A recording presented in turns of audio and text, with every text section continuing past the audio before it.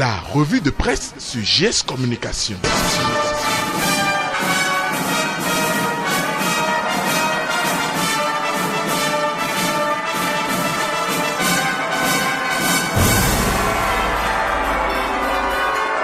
La revue de presse sur GS Communication. Mesdames, Messieurs, amis des journaux, bonjour et bienvenue à ce rendez-vous de l'actualité. Après le lancement officiel du brevet d'études du premier cycle BEPC 2019 à Plaoué, l'on apprend selon l'actualité que le ministre Maounyo Kakpo salue le mérite d'une année scolaire apaisée et le matinal voit le BEPC 2019 sous de bons auspices déjà que l'année scolaire s'est déroulée sans perturbation. Néanmoins, les candidats ont besoin d'un accompagnement spirituel. C'est pourquoi le maire par intérim de Kalalé a prié pour ceux de sa localité. La Nouvelle Gazette en parle puis donne lecture de l'intégralité du message de Kadijatou Djegademo pour les examens de fin d'année. À Parakou, quotidien d'Abarou et Tal, que Sissé, Toko et Biga ont donné le feu vert des épreuves. À Cotonou, c'est le maire Nyonofou qui donne le top des épreuves au CG Segwaya, clarifie le Télégramme.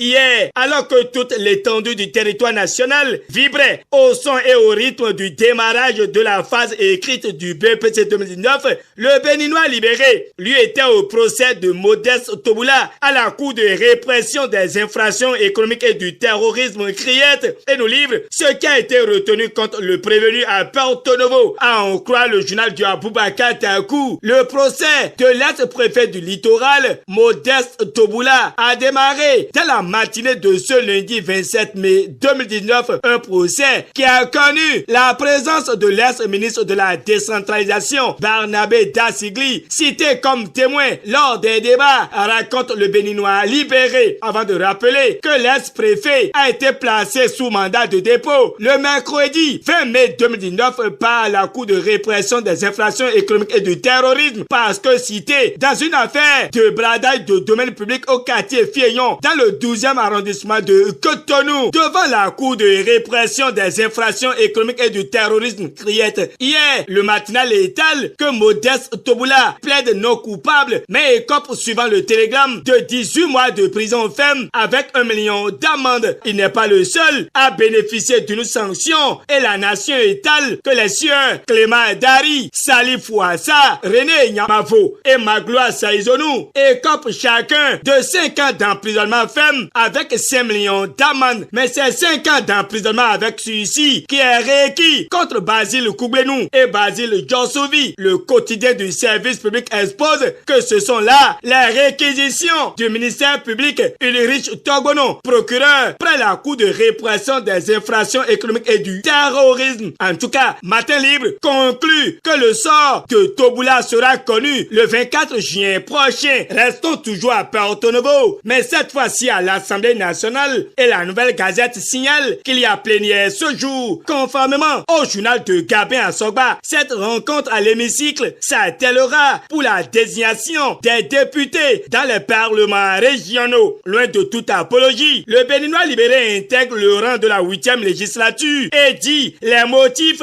pour lesquels les ministres élus ont préféré le gouvernement à l'Assemblée nationale. À sa sortie du Parlement, le Béninois libéré s'accroche à la question du retour au pays des exilés et voit qu'elle est totalement absente des débats. Un comportement qui rend l'opposition coupable, aussi bien le régime en place, martèle le Béninois libéré, avant de clarifier que l'opposition ne dément toujours pas face à la situation socio-politique dans notre pays. Ainsi annoncé, le nouvel observateur confie que candidat Zanaï exige que les responsabilités soient situées en ce qui concerne les manifestations du 1er et 2 mai 2019. Selon Point Média, Azanaï et la résistance tiennent à la manifestation de la vérité. Le confrère explique qu'ils veulent connaître celui qui a donné l'ordre de tuer les 1er et 2 mai 2019. En attendant que la vérité ne triomphe,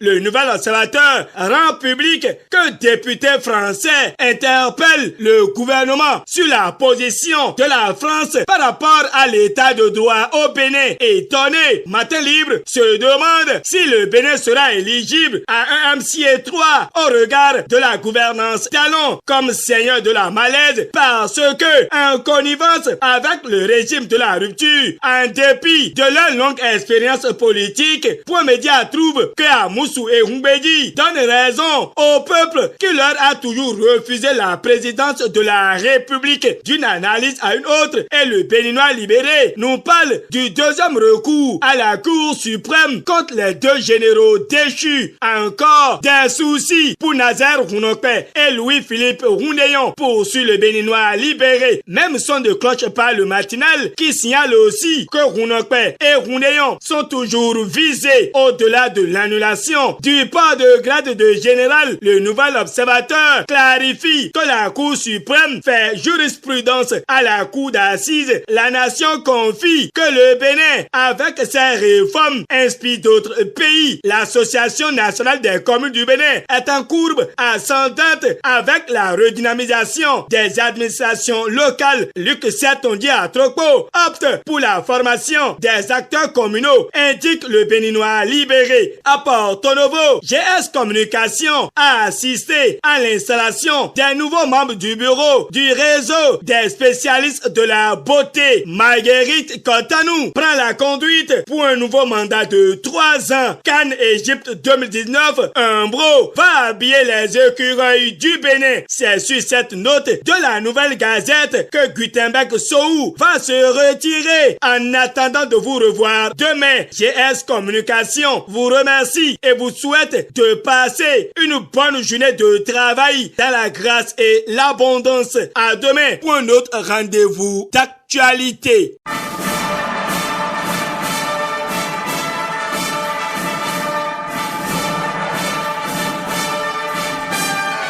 C'était la revue de presse sur GS Communication. Instant pub.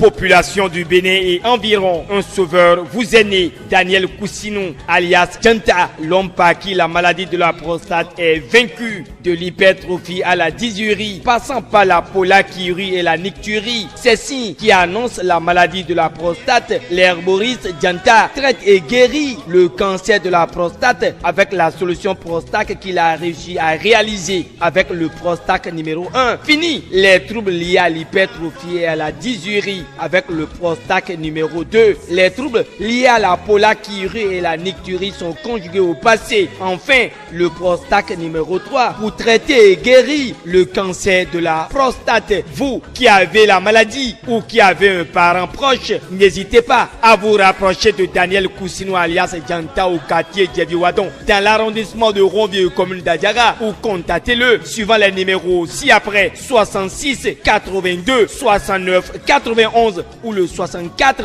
01 87 78. Avec la solution Prostac, la joie renaît dans les foyers et le couple retrouve sa raison d'être.